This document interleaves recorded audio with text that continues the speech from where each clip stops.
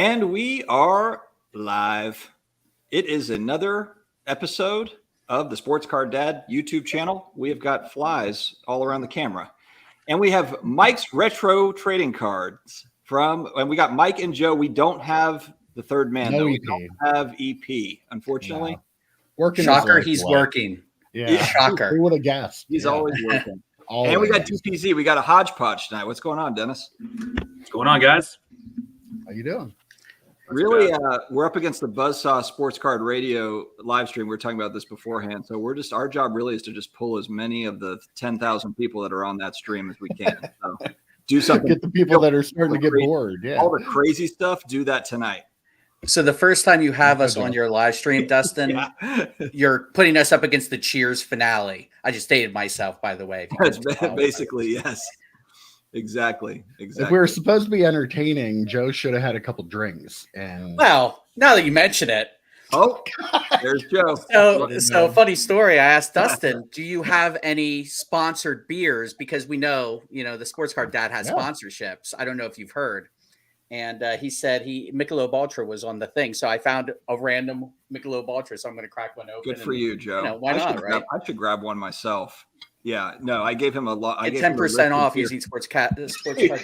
I gave him the list of beer sponsors before he came on because we don't want to screw that up. We don't want to screw it up. Definitely not. Yes. So I heard that you guys are about to do your fantasy football draft. Is that right? Yeah. Sunday is 28 years. 28 years. COVID was 25.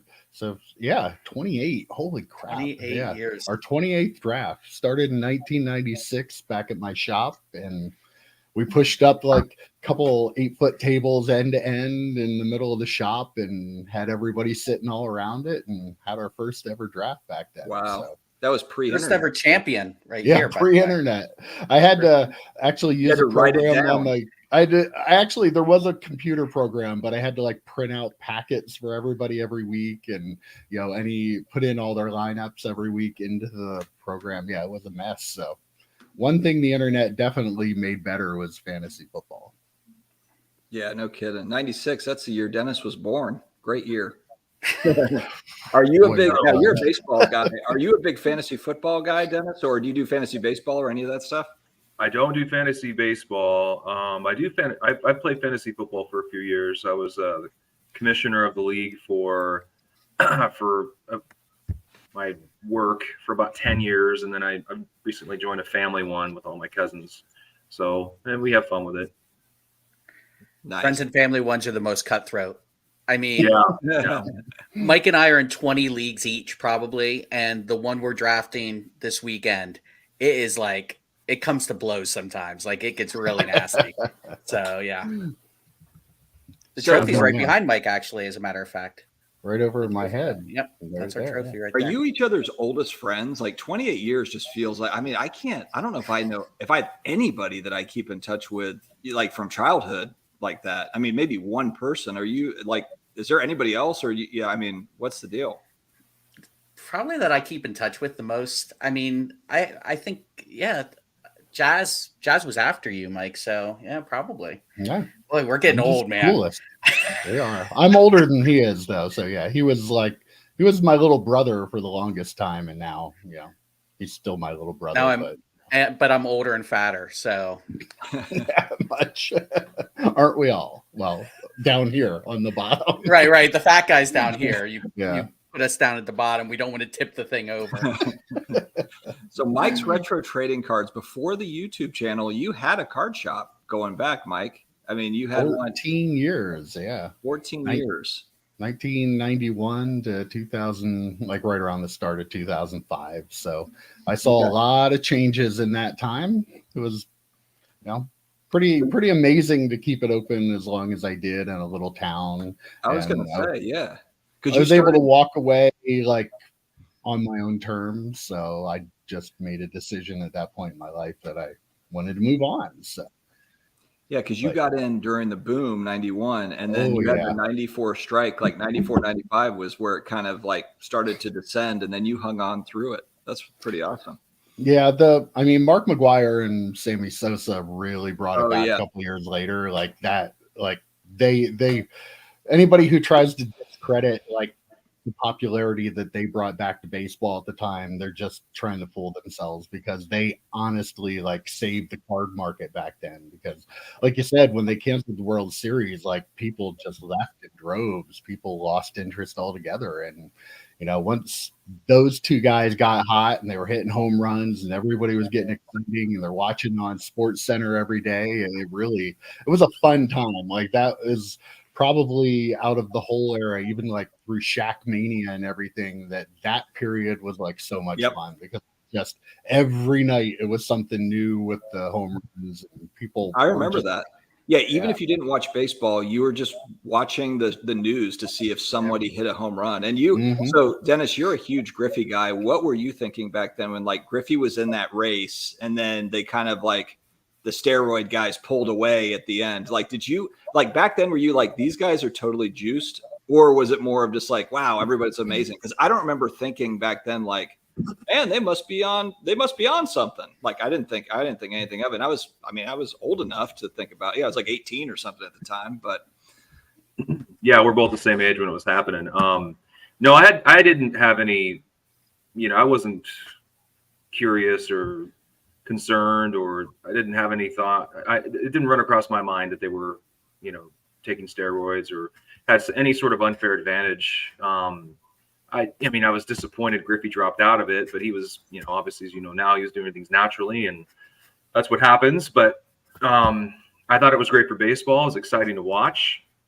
I remember watching the games with my dad, and baseball is obviously my favorite sport, and far and above everything else. And so it's one of those. Baseball's a romantic sport, so you can romance about stuff, whether or not they were cheating or not. It was a romantic time for baseball. I brought it back. The strike in '94 really screwed everything up. It screwed up Griffey's. Griffey was having a huge year. He was on pace with Ruth, but there was a few years that was the case. But '94 was a tough pill to swallow for all baseball fans out there. The Expos were on their way. Who knows what would have happened if the Montreal Expos would have went all the way and maybe have some playoff success? Would they have moved? We don't know. Could have got that stadium, and you never know what would have happened. But it's a footnote. The steroids is obviously a big topic, but it's also a wonderful part of the history of baseball. The home runs were hit, and whether you want to put an asterisk next to it, it was still exciting and fun to watch back then. The 90s were free and loose, man. People were doing all kinds of stuff in the 90s. 90s were fun. They could do all kinds of stuff. Just ask Joe. Right. The 90s were crazy. The last decade, the 90s. The 90s, man. I love the 90s. Like, not just cards, because everybody loves it. My kids are jealous that I grew up in the 80s, 90s. They're like, man, I wish I grew up in the 80s, 90s. It's it was so awesome. You're like, you don't know how it was, but okay. They're like, no, it's the best. It was the best. The best cartoons in the 80s. You got the best music in the 90s. It just a box of cards only cost like $50. Wasn't that awesome? Imagine that. To buy a box of Bowman and get $65 guaranteed value. Yeah. So I'm going to do a Mike transition here. So speaking of boxes, what do you think, Mike, of the fact that we might not have any football boxes coming up, or watered down crappy football boxes because everyone's got half of a license? Mike, you go first. I just figured no one's talking about this, so we should start the conversation. I'll be upfront with you. If there's Topps Chrome football, even if they don't have logos, I'm buying it. I've been waiting for Topps Chrome football. We wax poetic about Topps Chrome and Bowman Chrome all the time. And, like some of this stuff, like you talk about the Montanas and like the Walter Payton rookie about how they didn't have the logos, and everybody's argument is always, well, yeah, but you didn't have the option. Well, if we're back to not having the option, aren't we just going to buy the ones with the players instead of the ones with the mascots and the cheerleaders? Like, I'm gonna. So is that more of just kind of a nostalgia thing? Like you're just ready to see some Topps Chrome football? Like after a couple of years of it, will you be like, crap, like this is just the same old Topps Chrome? Like, is it just more of like you want to see it back? People still buy Prism. And it's the same thing over and over. I've always liked Topps Chrome better than Prism. They're basically the same kind of card, but the one takes all the photography out of it and uses like geometric patterns and stuff in the background. And I like a card, like even though the Chrome is Chrome, you can see the backgrounds of the card. And I've always preferred Topps Chrome to Prism. It's just I don't know. Prism is a little too busy for me, but I'm old, so I'm probably not the target market for it anyway. True. Yeah. Topps Finest is easily probably one of the best, and it's my favorite set of all time in any sport. Topps Finest is just, I mean, in my opinion, head and shoulders above the rest. They're just amazing lineage and history, and of course, I've learned way more about it as I embark on selling my '93 Finest. Are you a peeler or a non-peeler? Whatever it is in the slab is fine with me. That's the way it was slabbed. That's the way it was designed to be slabbed, apparently. Now, if you had a refractor and you were going to send it in to get graded, though, would you peel it? Because it's going to be in the slab forever. If you're taking your choice. Okay. I would too. Yeah. It just looks so much better. You so take much like better, absolutely. You think about the Kobe 96 Finest, that gold refractor. It's a shame to have I've had one without the peel, and it is one of the most gorgeous cards you can ever look at. And to have a peel over that, hiding that beauty is just, to me, criminal. I get there's people that love it, but I want to see the stuff refract. I mean, that's what we all get excited about, things that refract. So I want to see it. I don't want to see a peel. Exactly. I agree. Joe? I'm a peeler. Okay. I wasn't sure. I'm a peeler. Getting back to Dustin's original question, I will be opening up a case of Topps Chrome every year. Our buddy EP kind of jokes around that he thinks that football cards, when Fanatics starts making them, will be like super cheap. Like, he's a dreamer. He's adorable because he's a baseball buyer. Like, he buys baseball cards, so he thinks, it's going to be 1995 again. Yeah, it's not going to be that. They're still they're going to be a few $100s a box, but I'll probably buy a few boxes of Topps Chrome. That was my favorite set growing up too. 99 Topps Chrome, man. Ricky Williams, Tim Couch, all the greats. Yeah, maybe I'm a weirdo, but I like the early '90s Topps Stadium Club and the Fleer Ultra basketball, like the Shaq rookie, like that stuff. I don't know, even just like the glossy cards, like in the early '90s, it was like, man, these are so amazing. 91 Stadium Club, you don't have probably the perspective I do, but like when that came out, like we were like, wow, that was a cool thing about cards in the 90s too. Like, all these innovations that came out just literally wowed you. Some of them made your jaw drop. They were so cool. Like, we don't have any of that innovation today, and like the cards are still cool, but like the younger collectors especially, don't know that feeling of having just a plain Topps card. Then all of a sudden there's these Stadium Club cards with like a full picture on it, and the photography was incredible even in 91. And like just opening a pack of that and just being wowed by it and like feeling these are special because I get to take care of these. If you want to get really trippy, open Action Packed. Remember when you go? Oh, I loved Action Packed. I used to you go from like a cardboard card to like a 3-dimensional, like 5 cards. And it was an expensive pack. I remember back then too. And my parents were like, "What? Like, we're not paying $3 for a pack like 5 cards." They need to bring it back. Like companies like Pacific, we say this all the time. They would just throw anything against the wall, and some of it would be awesome, and some of it would totally suck. But at least they were trying. That's my biggest fear about this whole Fanatics takeover, and I've talked about it on our channel quite a few times. Like, I'm just so afraid that no one's going to innovate. There's no reason to. Panini stopped innovating. Fanatics, the first couple of years, maybe they will because they're new and they want to really push something different. But then after they're going to stagnate. They just are. That's just the nature of the beast. They have no one to compete against.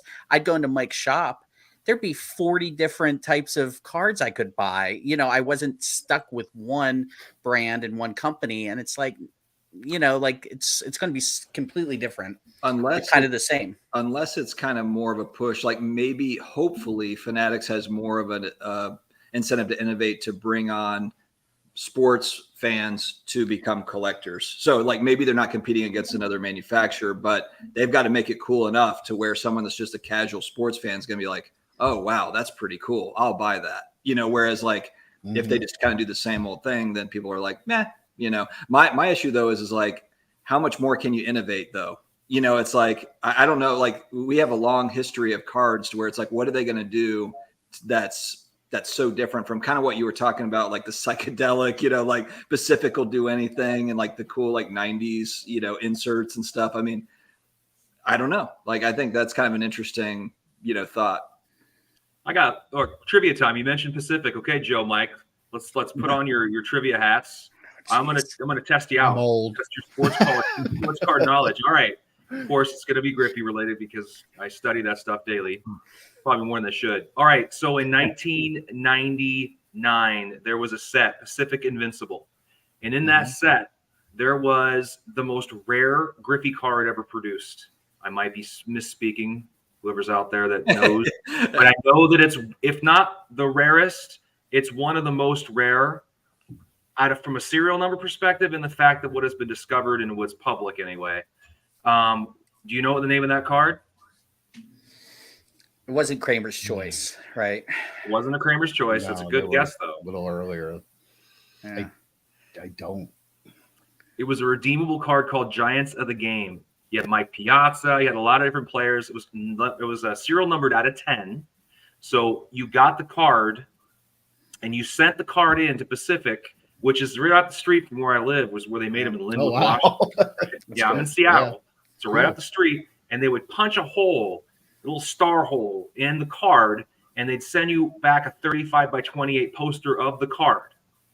And you'd get the card and the poster back, and it's out of 10. I have number 2 out of 10. It's unpunched, unredeemed. My buddy Marco Biscio Jr., who we've had on a couple shows here, has a punched one and the original poster. So I just got a mimicked poster. What do you call it? Customized poster. It looks exactly like the real one. I'm going to give it to my son. That's already framed.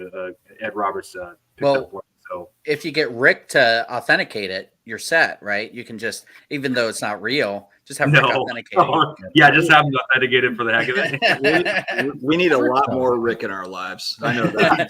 I can't believe, as an aside, I cannot believe they did mention him on their last show. Like, why would you make that hook? What are you doing? I almost feel like they did that as like an Easter egg. Definitely. It's like an Easter egg. Yeah. Smart. Yeah. I almost did a reaction video just for that 10 seconds that he was on that show, that 30-minute show. It would have been hilarious if that Shohei, which, by the way, kind of bad timing with everything that happened with Shohei recently, but with his elbow. But like, it would have been hilarious if SGC said, "Oh, this card's not authentic." That would have been perfect.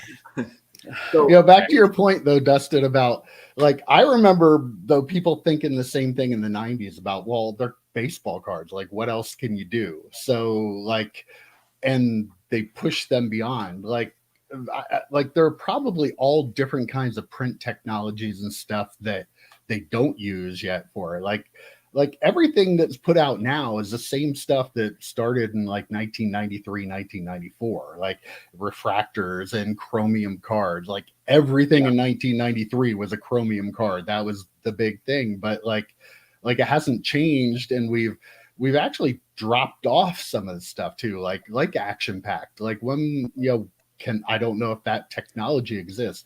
Dufex, which isn't even able to be made anymore. Like the printing process is now dead, but like there's so much other cool stuff that used to be that even if they brought some of that stuff back somehow, like newer collectors would go, wow, that's different. So they could innovate by looking to the past and like bringing back some of the print technologies that they had.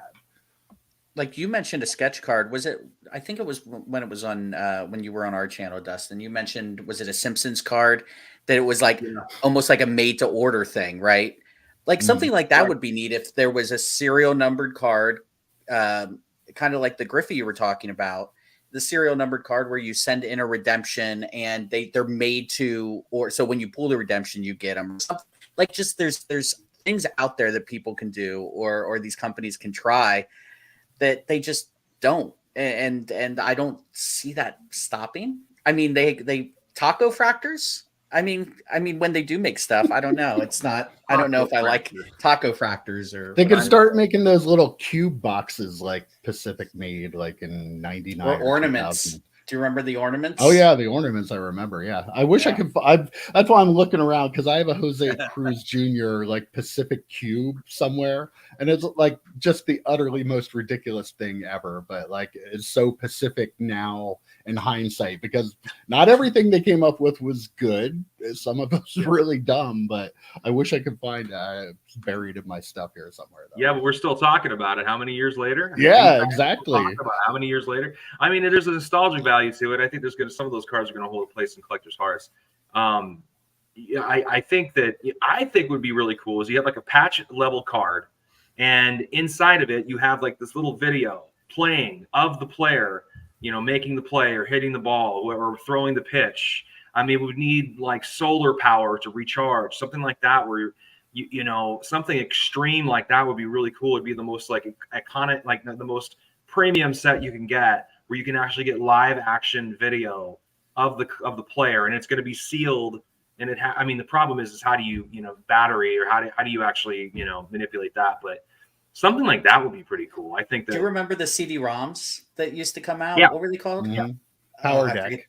Power Deck. Mm-hmm. Yeah, the CD-ROMs, and that was mind-blowing too, because not everyone had a computer back then too. So it was like just something just so zany. And you hear some of these, like, your idea is zany, but Pacific, if they were still around, they'd probably make it. They try it, I can go up the limbo and see if they're still there. And for the price of National Treasures or Flawless, you could probably put batteries in cars. cars. It's like physical top shots. Yeah. Yeah, I mean, that'd be pretty cool. I'd buy who the heck knows? I mean, I think that you do stuff like that. You can capture the video. I mean, you look at the Sportsplex cards; those were cool back in the '80s. I mean, those were transcendent back then.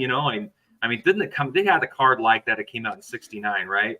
I mean, Mike, check my history here. Didn't they have a card like that in '69 Topps? Yeah, where they had a set that was like that. Yeah, I think they reprinted them in the Heritage set a couple years ago too, or somewhere in the late 2010s.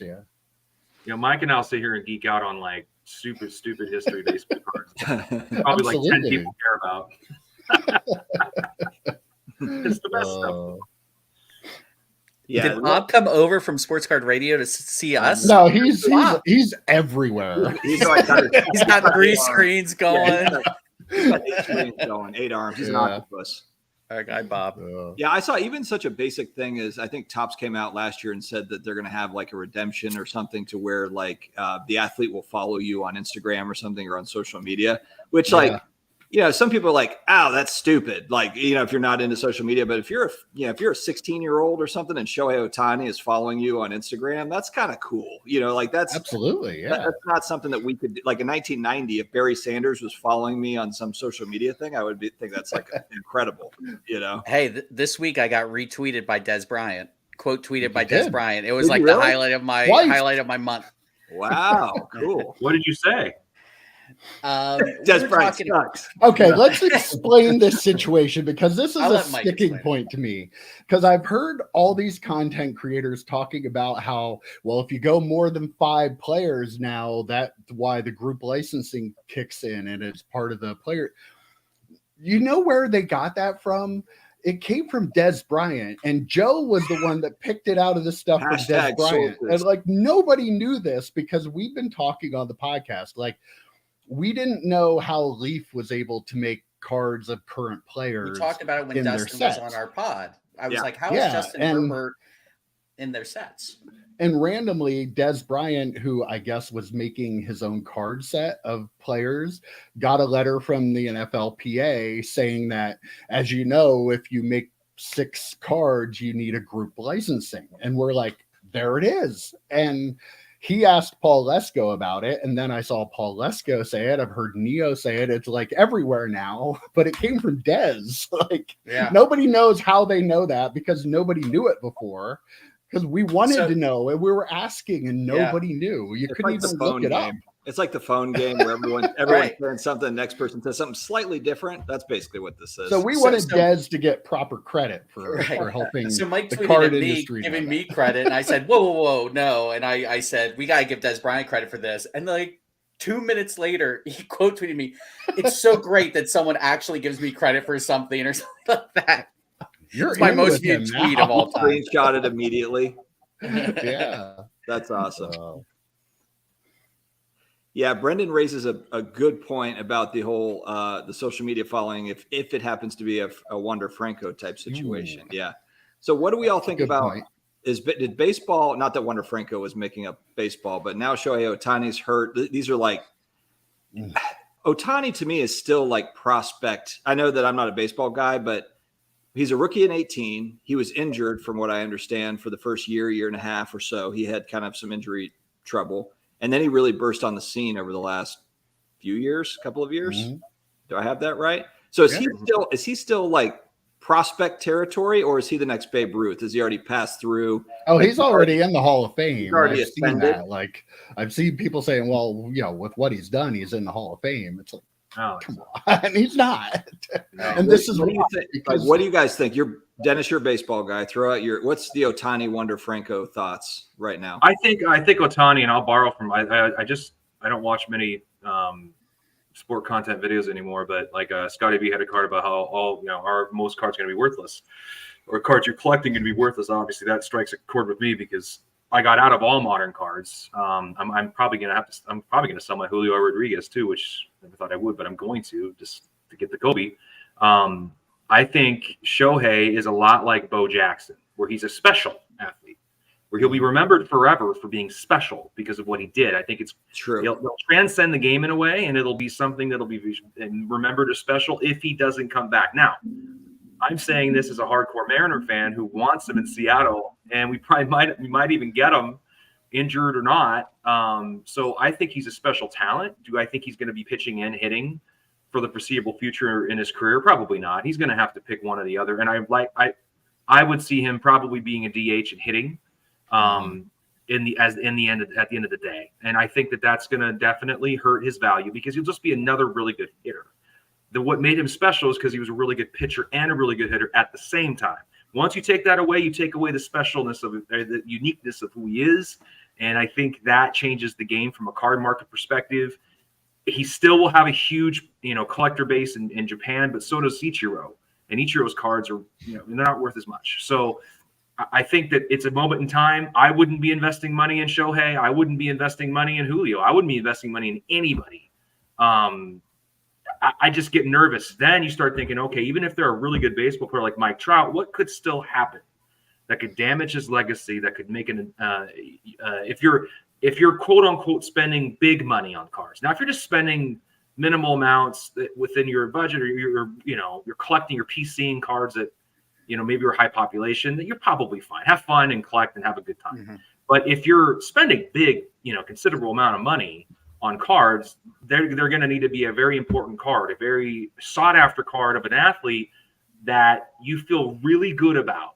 You're not going to hear on the news of him doing something, nefarious. So I think Shohei Wander is done. I think within the next few months, it's going to be almost faux pas to even mention his name.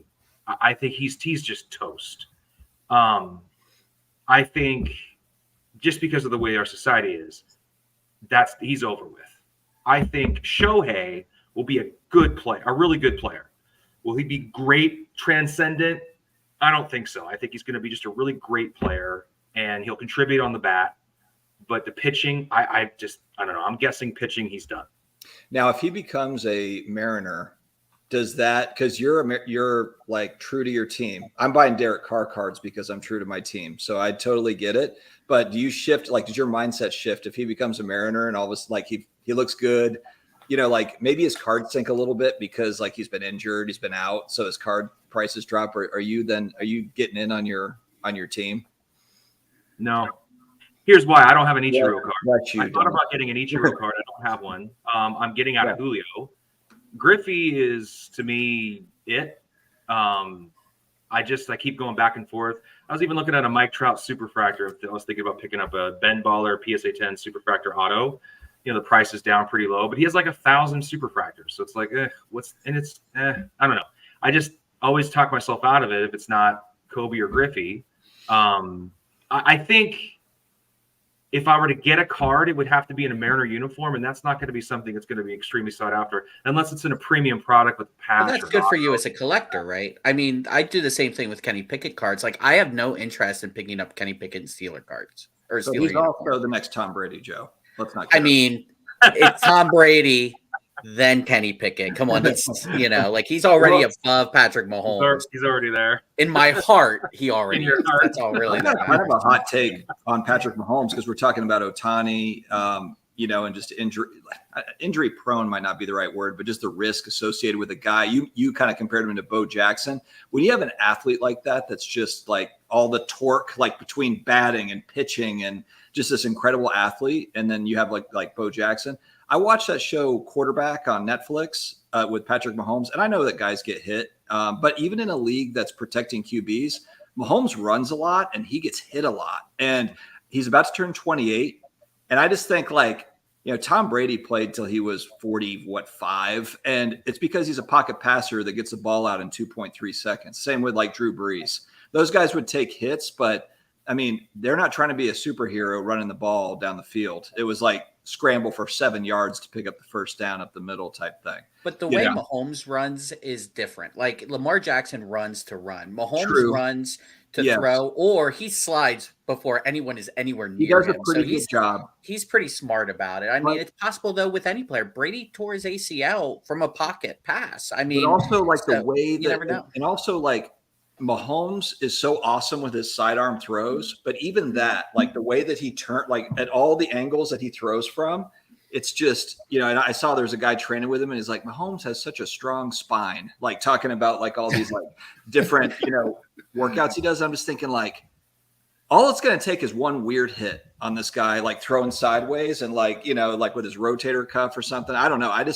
It's just different when you're talking about a guy that just sits there, snaps the ball, knows exactly where the defense is going to be, throws it 7 yards. It's boring. It's not as exciting as Mahomes, but man. But it wins you a bunch of Super Bowls, doesn't it? There he is.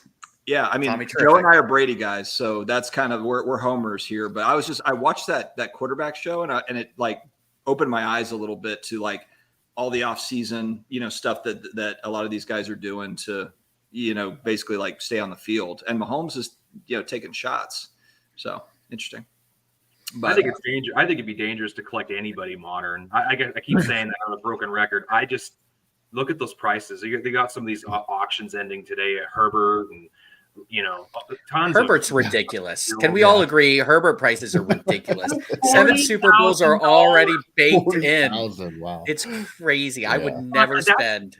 Yeah. I mean, Mike, that's the price I saw within 2 hours of closing. I don't know what it funded at, but you think about this, that's a price. You take that amount of money, you can go buy yourself an incredible card of an incredible athlete in high grade that will age over time beautifully.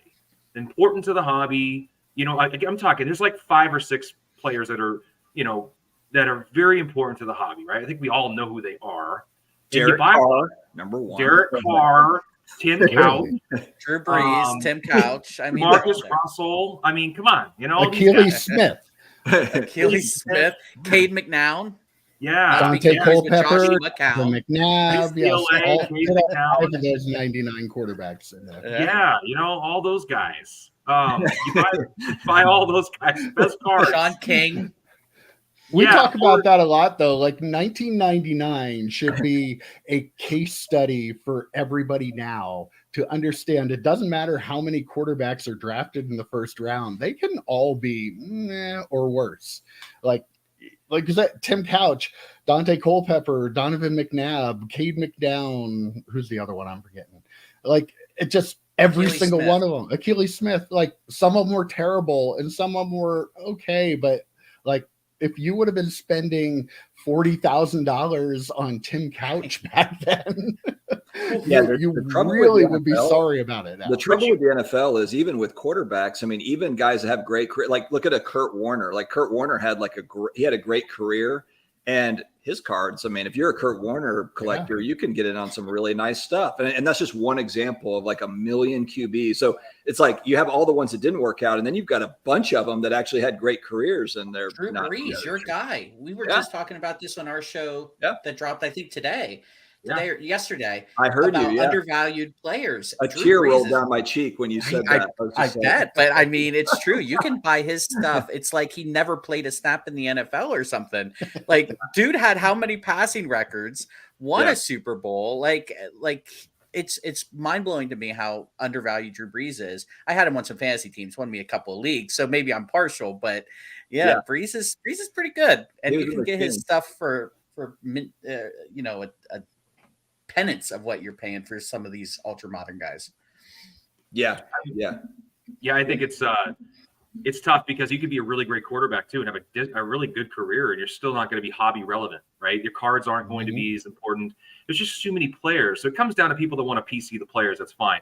I mean, let's I guess we need to separate the argument. The argument of having the cards that are going to be worth the most over time, the most, you can see as quote unquote investments. I know that's a dangerous, dirty word these days, but let's be honest.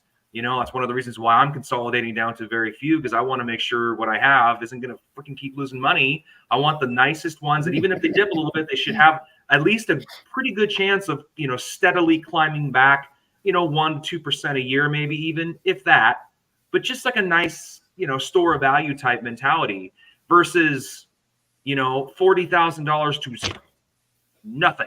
Like that to me is like you might as well go play blackjack. Which I've done. I'd rather do that. I'd rather play blackjack. I want something cool to look at sitting next to my savings bonds. Like just something like cool to look at. That gives me a couple percent a year. Great.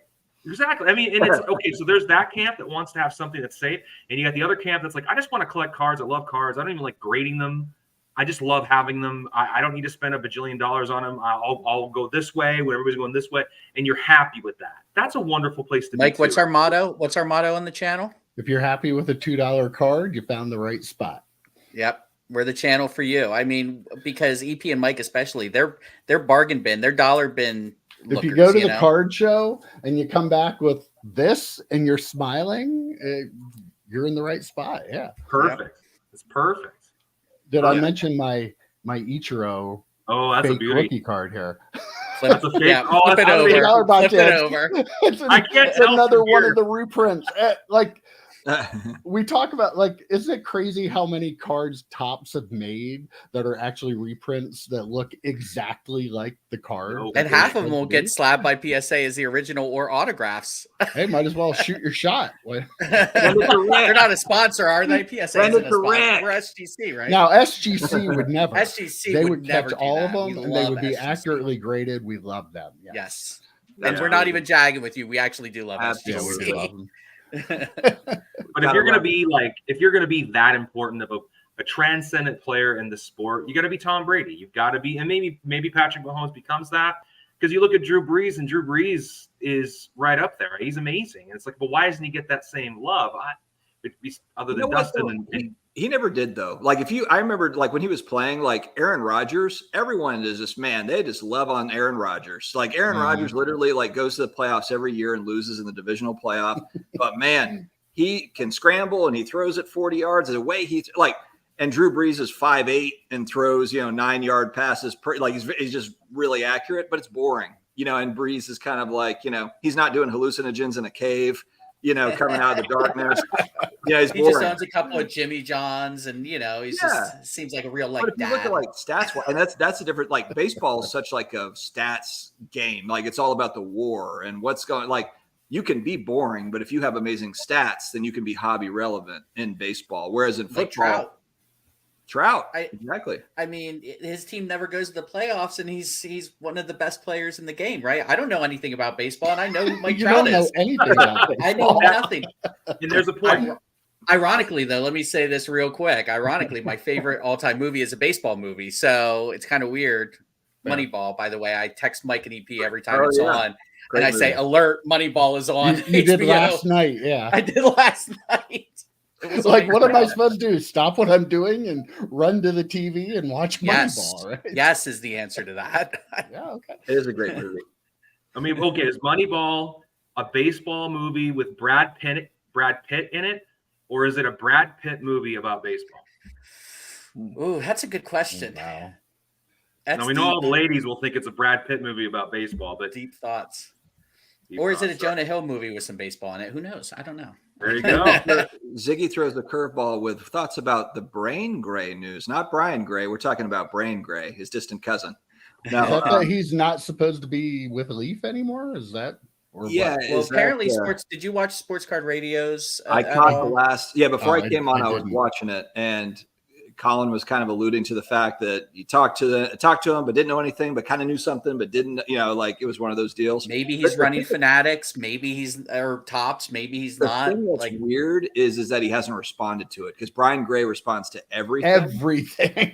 Yeah. Right, wrong, or indifferent. He responds to it, even if wildly or whatever, and he hasn't said a peep about it. So that's the thing that's a little bit odd. But then when you read the email, like there's typos in it. It almost looks like it was, like it's like someone's trying to get your information, like it's a from phishing Russia email or something. Yeah, so it's really tough. It's tough to know. With Brian Gray is kind of the king too of being kind of mysterious. I think he likes that.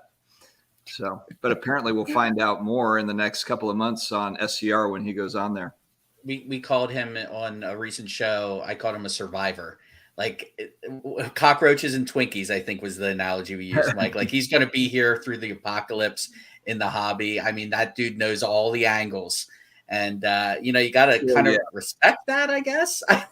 Well, the one thing is even if he sold Leaf or whatever, if he left Leaf, he's not leaving. He loves the sports card hobby so much. He's been doing it forever, and this is his, like he's a known personality here. He's not going anywhere. He'll be doing something in the space if he's not at Leaf. But I guess I was just trying to figure out what is the angle though, because he's at a company now where, you've got all these kind of weird things going on with licenses. It's actually like a lot of people are saying like the big winner in all this is Brian Gray at Leaf.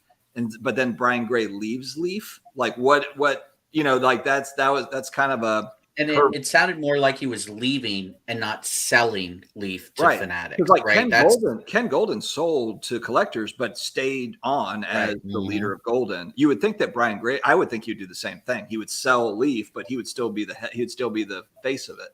Do you guys remember a few months ago where I think Sports Card Radio at the time then as well said there was kind of rumors, and Brian Gray kind of fanned the flame a little bit on social media? I went back and looked at our old podcast about that because I was like, what did we say? Were we right?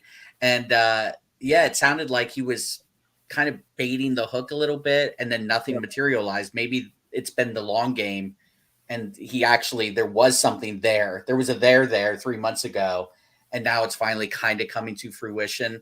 We mentioned on the show, if Fanatics wants to take on like Upper Deck in the non-sports space, they have a really good with the Pop Century stuff, maybe buying it. But for him just to leave and then work for Fanatics was the implication. I don't know how that would work out. Well, and then the other part of that is what happens to Leaf, because I've actually heard a lot of the employees at Leaf are very happy there. I mean, there's a lot of people that talk highly about working at Leaf, and is a big part of that because of Brian Gray leading it. So if Brian Gray's not there, and I'm not saying, look, I mean, a lot of people are like, I'm not going to buy Leaf products, but there's also a lot of huge Leaf fans like that buy that stuff and collect that stuff.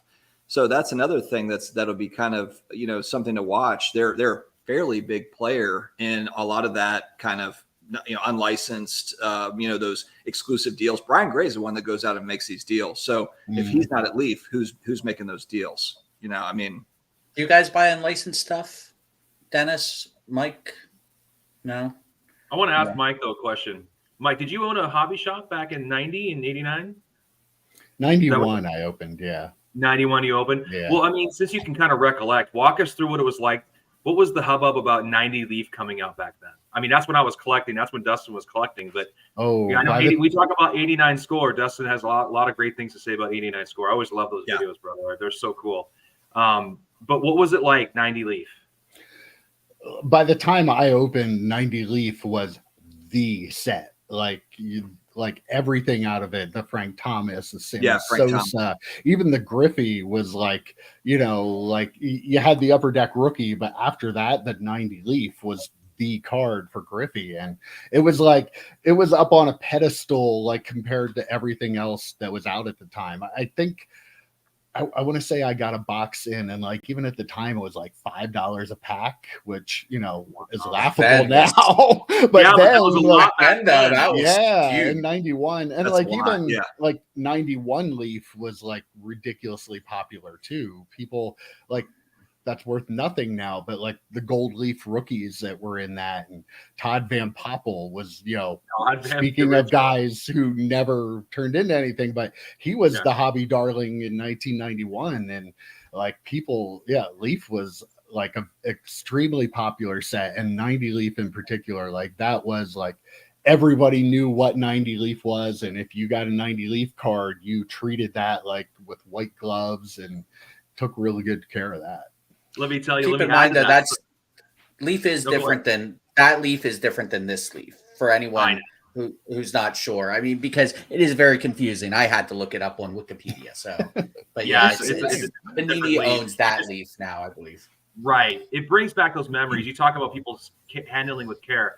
So when I got back into the hobby in 19, we all of us that did that, we all go back and look at our old cards and go, okay, what do I got in here? It's going to be worth all this money. And I had really nothing, as everybody else usually discovered. But the one card that I remember seeing over and over again as I was growing up, and then when I was, in my teens and my 20s, I always discovered, because I always kept bringing it along everywhere I moved, everywhere I went. And it was in the original little hard case, not a screw down, but a hard case. It was a 90 Leaf Griffey, off-centered, but it was the only card that survived other than an 89 Hoops David Robinson. I had both of those cards in like hard sealed plastic. They're the only ones that were like, I remember being a kid, I thought were so great that I needed to seal them. And I kept them all the way through. And I never snap cases. Yeah, one of those little snap cases. Those are awesome. Yeah, I kept them in that case for years, and they didn't just stay in the boxes. And these were in another box that were with like my comic books and different things like that I just carried along everywhere I went. And then when I got back into the hobby, it was the only one. And I remember going, oh man, I went and actually bought a 90 Leaf PSA 10 because I wanted to own the perfect version, because I knew the one I had wasn't. But up until last week, I haven't graded it. And I'm selling all these cards and buying all these bigger cards and, trying to be that guy or whatever, trying to have this really cool PC.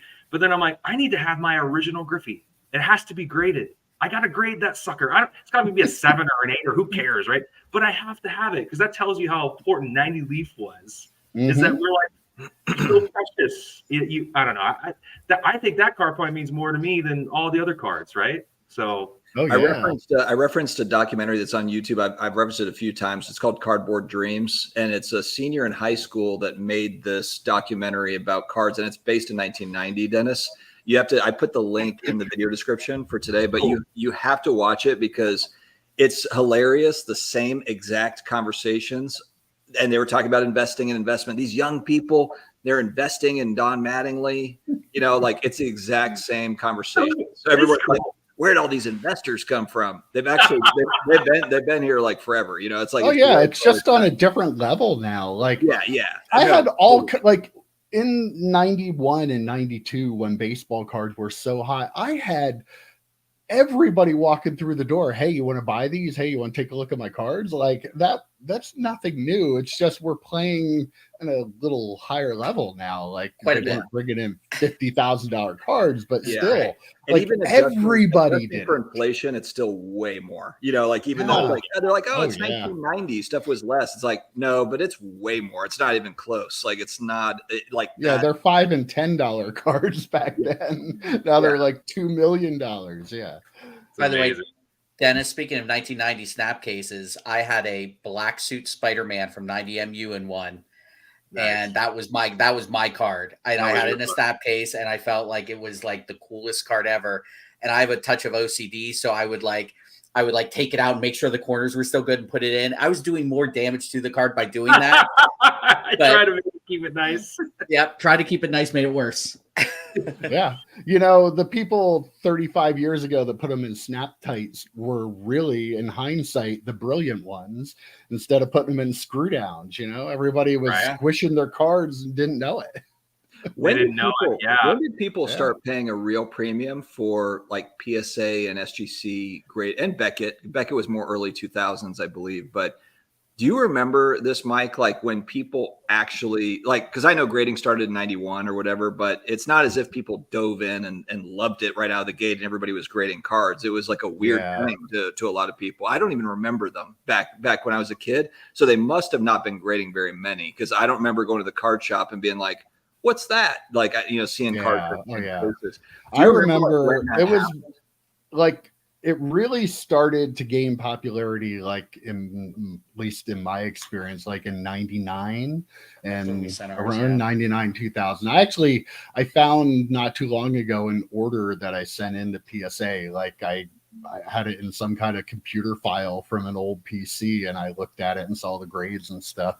But people, the stuff was worth more, but it didn't carry anywhere near the premium that a PSA 10 carries today. Like even by the time I closed my shop, like PSA 10, even back then, a BGS 9.5 was actually worth more than a PSA 10. Like, so people that say things will never change, like, PSA is huge now, but you don't know. You just don't know for sure. And like, BGS was tough back then, weren't they, Joe? Like really, really I have a tough. Peyton Manning 1998 Topps Chrome rookie card in BGS 8, and I look at one of the original ones we sent in that first order, and I'm like, how in the hell did this get an 8? And I thought maybe I should crack it. I'm like, no, it's in the original case. I'm going to keep it in the original case. I'll be right back. Keep talking. Keep talking. They're just the host. There goes. Oh, I'm a backup host. Don't worry, I can handle it. Okay, yeah. But like, at the time we sent to BGS first because we didn't need a membership. So, you could just send it in. I know we sent that, and then we got the cards back, and I don't think any of us got a 9.5. I think we got a couple 9s, but those were really my best tough. was a Cade McNown rookie, Cade McNown rookie. Yes, I did send base Cade McNown rookies into Who wouldn't back then? BGS. But we also sent the PSA because you got the Ricky Williams PSA 10, right? The Ricky Williams PSA 10, yeah. Well, guys, so for you, Mike, what changed for you is that up until that point, this is a great comment here by Brendan, the mint condition was the condition. And what Brendan's saying here is and you got to decide what that was when you put it out in your case. You were PSA, you were BGS. Mm-hmm. You were the one deciding the condition, and we had to trust you as a buyer. But you look at this, the introduction of so Brendan says this. The introduction of the idea of gem mint changed the landscape for better or worse. The lack of resistance made it permanent. Is that a good thing or a bad thing for the hobby overall, Mike? Since, before and after, you've seen the before and now you're seeing the after. What do you think?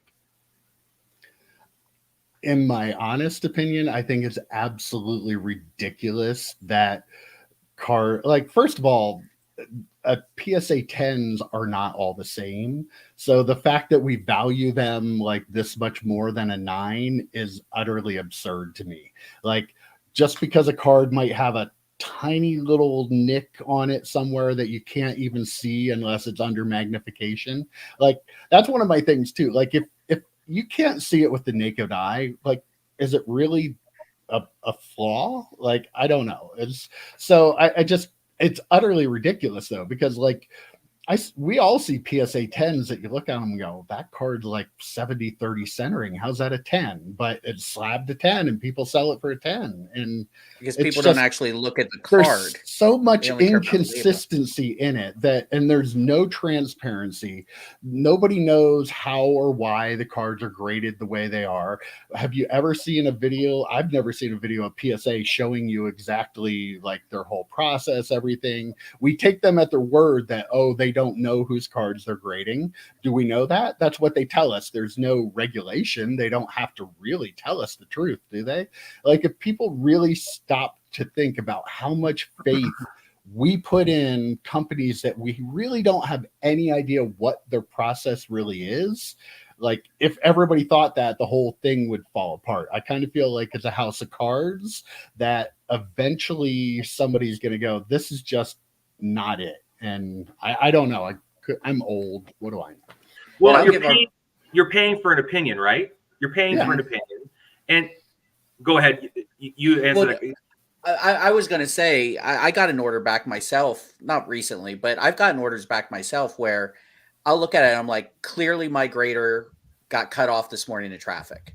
Like, as silly as that sounds, Ziggy, our buddy Ziggy, I got to give him credit for calling them wizards. I mean, you really don't know. Don't look behind the curtain kind of thing, because you've got these people who literally, depending on their mood that day, you can't tell me that doesn't play a part in it, because you'll have people crack and resubmit. and those 8s become 10s all of a sudden. And you're talking about real money when that happens. You're talking about a card that was $20 that you paid $15 for another person to look at it. Now it's a 10. Now it's a $5,000 card. Like it's like, it's a little, I've stopped grading.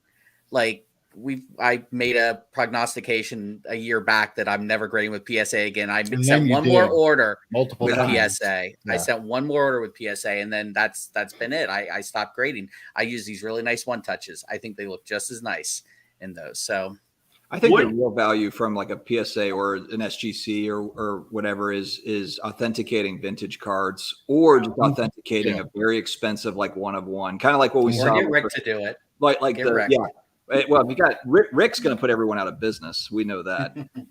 But yeah, if you've got like, it's kind of like that ring one of one card that just went to PSA for grading. It was found in Canada.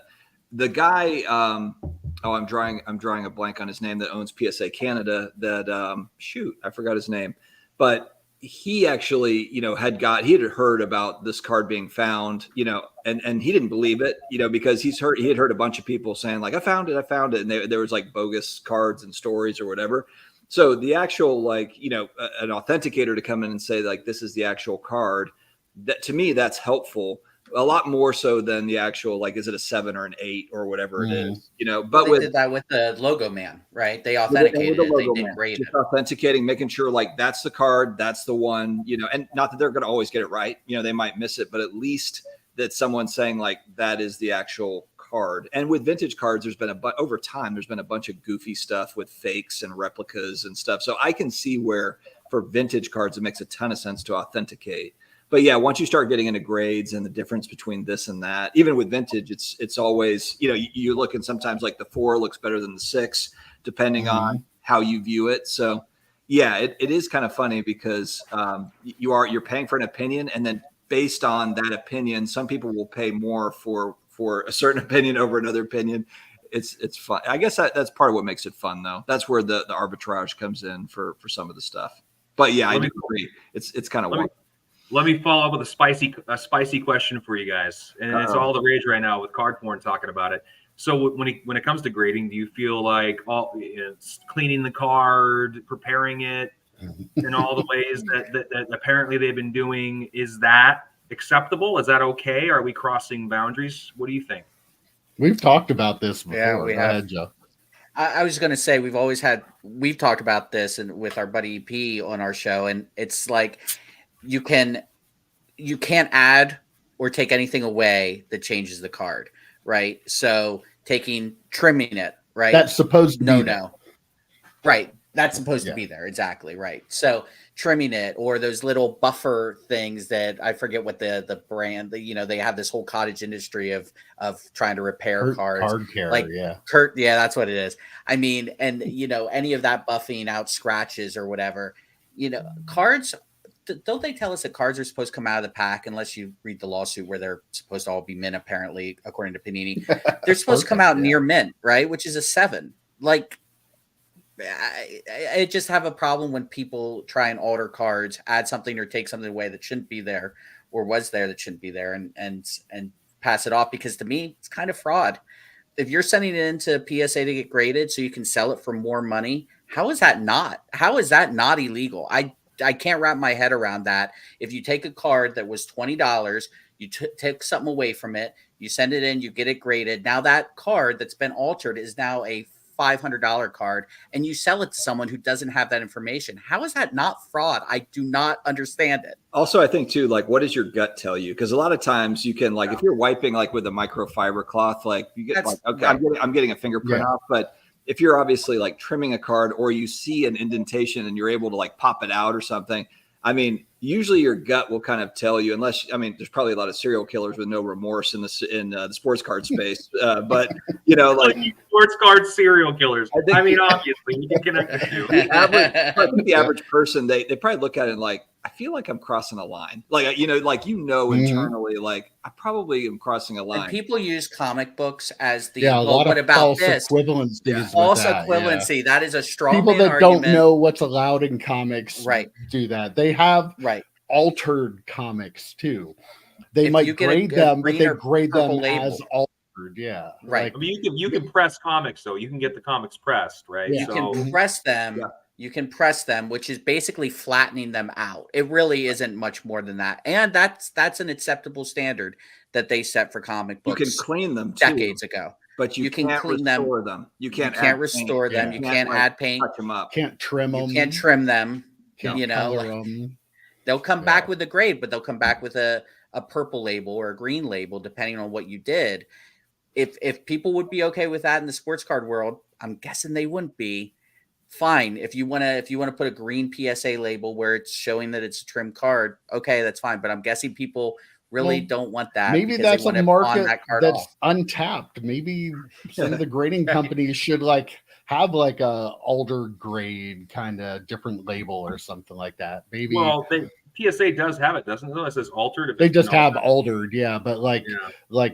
but grade it as an altered card instead of just slapping that on there, because maybe some people down the road, some people don't mind if your antiques are restored. Other people want them to look in original condition. So I understand that, and can kind of see from our little hobby here how maybe some people would do that, but the problem we have is people are doing it to trick people into thinking it's not restored, to think it's But what's real, our grading company name, Mike?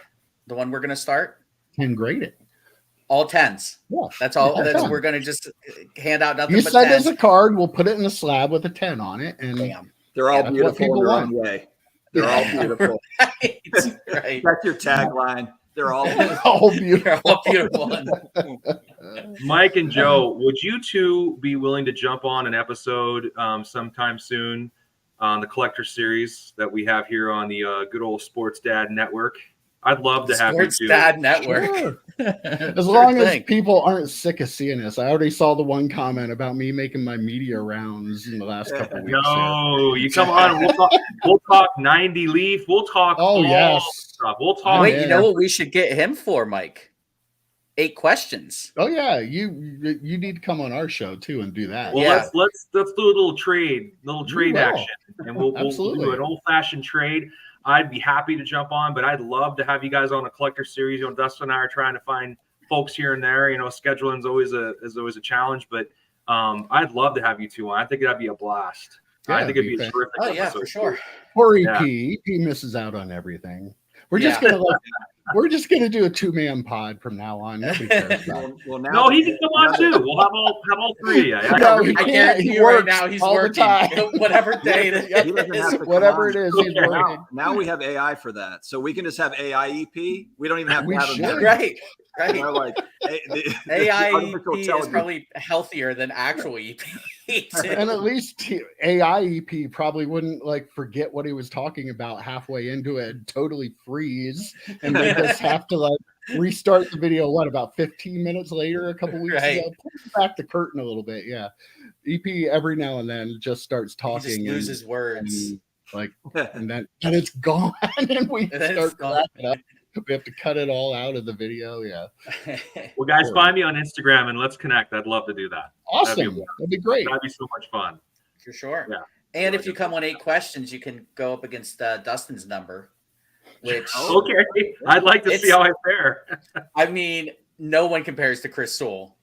He was amazing. Our top one. That guy's so cool. I'd die to have him on the show. I just can't get a hold of that dude. He's the nicest guy in the world. Somehow we got him on to do, because I sent in this Bert Emanuel card. I sent in this Bert Emanuel card to his regular rollers.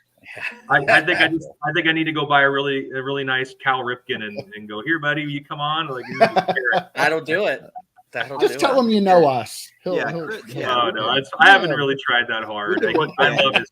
He seems like the nicest guy on the planet. So he would really do it absolutely too. I actually talked to him. I talked to him in a fantasy football league with a bunch of other guys, other content creators. Thanks for the invite. I was I'll ask him, but I don't think he does football. I don't think he does. They're afraid of us. He doesn't want it. Yeah. You guys have been doing it. You guys been doing it before the internet. You guys started doing it before the internet, so I don't even want to mess with you guys. Don't.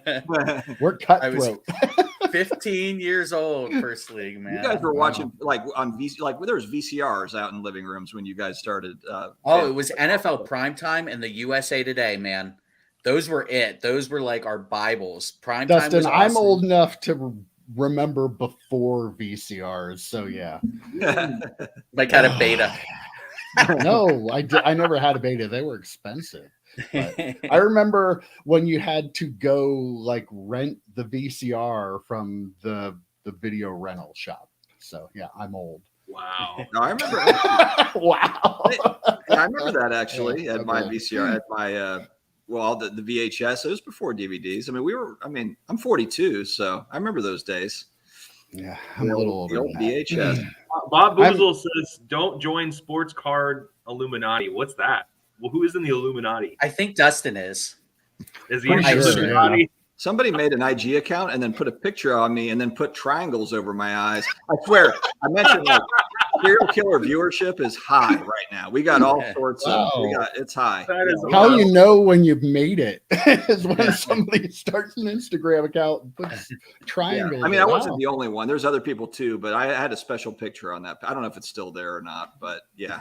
So are we going to be guilty by association here now? Like we're going to lose all our credibility in the all our hobby street now. cred. Yeah. Maybe with Dustin, you won't with me. Nobody cares about me. I'm a nobody. So That's awesome.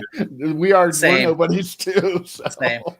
That's our appeal, though. We're nobodies. So. I was Right, called exactly. I was called a Freemason. I told my dad, I was like, Dad, you know all those like conspiracy theory shows where they're like, yeah, there's like these Freemasons that run the country. Mm-hmm. I was called a Freemason, and he was like, that's incredible. That's awesome. You are the sports card Freemason. I feel like that should be Like your a new secret Instagram society. handle or something. Like the secret society. I'm like, wow, yeah.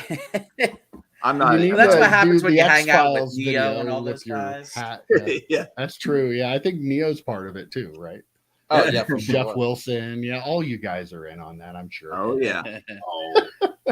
Yeah, I don't even know who card porn is. Everyone knows who card porn is. I have no idea who the guy is, or the guys, no idea. or gals. I don't know who they are. But it's a dude. It's a guy. I don't even care. I don't either. But Yeah. Like everybody who's card porn, I don't care. What's the matter? yeah, I don't know. Trying to be like, It's trying to be a really popular hobby person, or trying to be a hobby celebrity, and anybody who's trying to be a hobby celebrity and big time in people is like, how do I say this without being incredibly offensive? oh no, it's Just do it. it's just that do it. bad. It's like Bring it. You're it's on like the trying right. to be the smartest dumb person. It's like the lamest. It's like the lamest. It's club like on you're earth. trying to be the tallest little person. I can't ever wrap my mind around big timing anybody talking about sports cards. You're talking about, I know there's a lot of money in it, but guys, you're not that cool. Like, sorry, you're just not. You're the coolest kid at the nerd. There's a table, lot of them right? out there too. Like just too many of them out there. It's like you just watch it and you're like, come on, just talk to me about the cards. Like, really? Chris, we'll get him on the replay. We'll get him on the replay. We're up against the juggernaut tonight, but you do what you can. My wife is taking care of her grandparents tonight, and she does these 2 nights a week overshift nights where she has to she's like working at a nursing home essentially. Has to like change them and all that stuff. It's a lot, but these are the nights that are open. So just so happened. That's why you had the B show talent on tonight, right, Jeff? Right. No, if Sports Card Radio wasn't on, there's no chance you'd be seeing us. Steve would have been here. Neo would have been here. Oh, dude. We need the we're backup. He never asked me to come on any show, and this is the one, right? So we're all like, I invited Kathy Griffin. Kathy Griffin couldn't make it. It's like, Speaking of big time, you know. Hey, Dennis, can you jump on? Sure. He had no other option. Right. Yeah, you're like my 15th, but we'll roll with you. No, you guys know. Absolutely not. Well, He's never on Twitter, and he messaged me on Twitter, so I know he was at the bottom of his list. Yep. No, not at all. You guys are at the top of the list. At the top of the list. Trust me, I don't want to be a part of the hobby elite crew or whatever the hell. The Illuminati. You don't want to be part of that group. It's bad. I'm friends with a lot of those folks, but man, I am not interested in being in some of those in some of those We clips. don't even know any of them. They're probably perfectly nice people, way. but yeah, they probably are nice. But I assume the worst in people. Or They might. I assume the worst in people. I do too. Probably not I'm as old nice enough as to everybody's know. nail. I was in politics for too long to not assume the worst in people. So yeah, I mean, we're the worst anyway, so Right. I don't expect more from anybody else. So it just never makes any sense to me. I just think it's funny. It's I remember asking, and it's fine. People don't have to be on anybody's show. It's your at the end of the day, it's your time, and your time is valuable. It's a currency in a sense, right? Your time. So I respect that. But I just when it's obvious, you're like, well, how many views you getting? How many sponsors you have? And I will say, vouch for you? Like Chris Sewell talk about never sports cards. asked me that. Yeah. That's why I loved Chris Sewell. He was like, yeah, sure, when? And I'm like, oh, okay, that was easy. Like, I don't know. And he spent a lot of time before and after the video talking to us. He was actually fascinated by the fact that I had a shop, and he was asking me questions, and I thought that was kind of cool. I'm like, I just feel like I'm an old guy that used to have a shop, but some people are really interested in that. That's cool. Well, you are man. an old guy that try to remember stuff. Shop, but that's who you are. You're wearing it proudly, man. Do it. That's good. We want to talk to you. I want to talk about 1990 Leaf with you, bro. I know. Let's go. Well, I come on though. I will definitely look for the Jose Cruz Jr. because I'm sure man. You got people have no idea what those are. Please do. You're a real OG if you remember what. We got to get EP though. He would geek out over your 1990 baseball stuff. He's the big one. We'll line it up to where he can make it. Well, I know I'm used to working with the schedules. I will say though, to be perfectly honest, I know I'm making a big rant about the being too cool for school. 99% of everybody I've talked to and asked to jump on the show are always ready to jump on the show. Heck, I mean, most of the first guests were hobby, important hobby people. They're all very gracious with their time, but there's some, I think there's I just wonder about it. The whole. I'm fairly intuitive about that. Even, going to school, you can still see people clicking out. It's still happening in your 40s. It's like, really? We're doing that? We're still doing that? Really? You go to the National and there are clicks. I mean, it's like, come on, guys. What are we doing here, man? Really? Dustin came up and talked to us. Oh, did he? Oh, no, it was someone else. It was somebody else that just walked. We'll tell you when we go off. How many followers do you have? How many big time does? Someone else big time does. It wasn't Dustin. I know. Yeah, I came up and talked to you guys. You did, yeah. You even got. I'm like, oh my god, it's the sports card dad. Guys, look. They're like, I was like, all right, well, I like your show. See you later. I wasn't really impressed when I had the picture taken by the look on my face. I looked like I wanted to kill somebody, but yeah. Well, the problem with Dustin is he's so much taller, thinner, and more attractive than any of us. It pissed us all off. In our group, we oh man, never again are we taking a picture standing next to that guy. Yeah, that was a bad idea. Whoever thought of that. Exactly it's like I thought that they might be a little bit nicer in person, but apparently no. Yeah, no, we're not. He can't drink beer like we can. I'll tell you that. He's gonna have to try sometime. You gotta go catch to up with Cleveland next year. Cleveland, let's do it. Yeah. Dustin's one of the good guys, man. I tell you what, I'm really glad he scooped me up because I was going to be swimming alone in the waters there after the whole Luca. That boat was going down, and I didn't have a life raft, so I was very grateful. You would have been fine, Dennis. You could also just make your own channel if you wanted to. You could totally. Why do that when I could just work with you? So I'm good with it. Just saying. I mean, just ride your coattails. I was actually, you have to do the work. You have to do editing. I was actually thinking maybe I'll just start doing my own solo show. I'll pull a cage and do my own show and see if I can do it by myself. We'll see. Who knows? Yeah.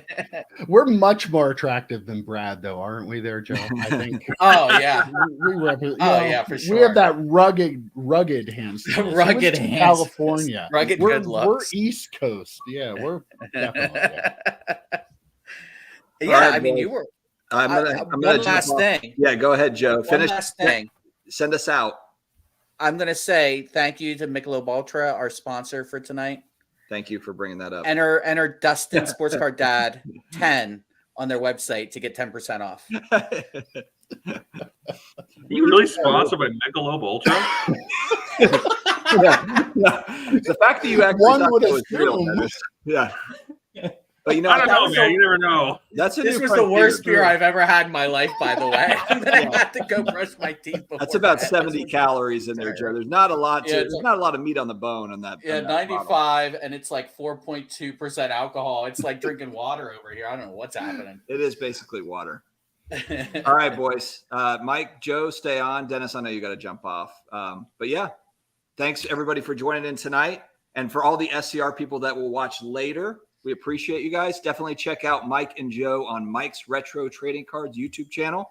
They're at like 700 and change, 800 subscribers. We got to get there. I believe. We got to get there. Yeah, they had the big celebration, 747 or something. And we dropped down. That was awesome. We dropped out after the big celebration. Yeah, we lost. We're back up. But yeah, definitely go over and check out their YouTube channel. It's the best three dudes on the internet talking about cards. You guys nail it. You guys absolutely nail it. So Thanks for having us on. yeah. All right, guys. We will see you later. See ya.